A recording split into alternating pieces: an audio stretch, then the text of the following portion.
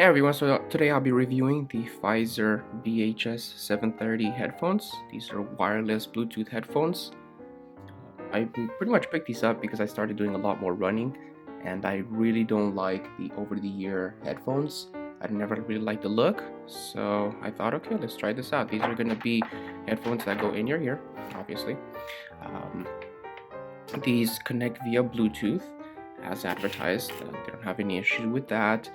From what I read around, people have issues with Bluetooth connectivity if there's a lot of other devices around. I personally didn't have this. I went to a crowded gym, had other people around me who had similar headsets, and I never had an issue with that. So let's pretty much kind of dive into the actual headphones, and then we'll go over the accessories that it comes with. So yeah, from what I see, these actually, the little cord can come in either black, green, red, I don't know, whatever other colors you like. I got the green, I thought it was cool. Can't really lose them that way. So first thing you'll notice here, which is really nice, is that the headset on the ends actually are magnetic, so that way you can kind of put them around your neck so that way they don't fall out. I have an issue with that. These right here on the side are going to be these they're called wingtips, I think. So what these do is they come in different sizes. What they'll do is, and here's the other sizes that it comes with, these pretty much fit into your ear canal, and they make sure the headphones don't fall out. One main problem that I found out with this, and you'll quickly find out as well too, is that while I do appreciate the fact that these are rubber, if you start to sweat, or if you're a person who sweats quite a bit, these will fall out pretty easily. So after, let's say, about 30 minutes or so of intense running, you will have to either get them out, clean them out, or I don't know, something. It personally didn't work out that well for me. They stay in for about 20 minutes. After 30 minutes of pretty good running, the rubber didn't really help, but it's a nice touch because at least my ears don't hurt per se. Anyway, so these little wingtips here, they fit into your ear canal. So they have different sizes here. One main thing that I did find out about these guys is that you have to make sure that as the wingtip, so this part will go into your ear, this actually has to point down, because if this goes up and into the side, when you're running, it's actually going to fall out. So you want to have a lot of the weight of the actual headphones on the bottom here behind your neck. One solution that I do notice that they do have for that is, if they do fall out, is they have these little clips here. If you notice here, let me pull them out. So they have several clips here for you that you can tie the headphones in the back. I personally never used it, but you can go ahead and try those out. Let's see what else here. These are other little these are other inserts if you want more comfortable headsets. These actually come out. So these come out, and then you can put these guys in here. I tried these, and they actually don't stay in that well. I'm not sure exactly why they give it to us, especially if these headphones are advertised for people who run.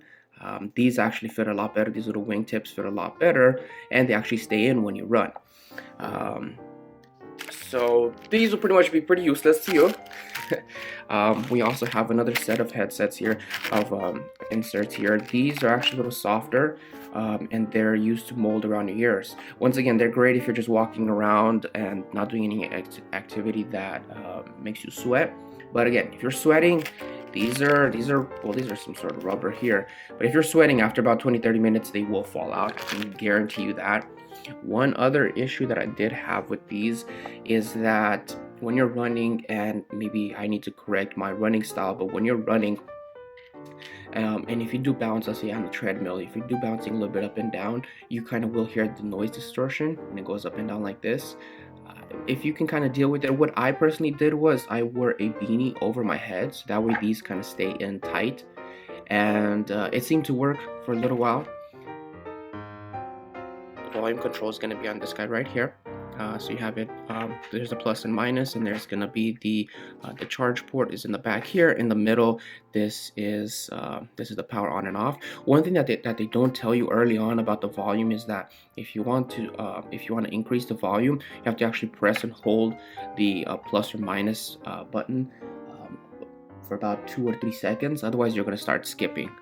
It does tell you that in the manual, but not at first, which I thought was funny, because here in the very first page of the manual, it does tell you that, you know, if you want to increase the volume and lower and things like that, but it doesn't tell you until several pages in that you actually have to press and hold it.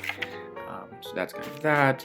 What else comes with this guy here? Here's a little card here if you ever have an issue with their specific product when you do call their tech support. I didn't need to call their tech support. I didn't have any issues. I didn't need to call them. One nice thing about the charge port, which is right here on the side, is that it has like a small little cable. It doesn't come with the connecting blocks, so either you can use your regular cell phone one, or you can just plug it into your laptop. Other than that, the headphones are great. They're good. My only problem is, and the reason why you probably didn't see me turn them on, is that they stopped working after about 3 months. I tried to charge them again. They just don't work anymore. I didn't really bother to call the support. I figured, you know, if they just stop working, I don't know. I don't want to go through that whole process. But battery life is what was interesting. Over time, battery life will actually go down pretty significantly. It does tell you when battery is low. The problem is that a lot of times it won't give you another final warning, so they will shut off on you. I've had several instances where the headphones did shut off on me, and you know, that's obviously unfortunate, especially if you're trying to get a good workout. So once again, these are the Phaiser BH-730 headphones, Bluetooth connectivity. They're great, but you know what? They're just not for me, especially a person who sweats quite a bit. All right, thanks.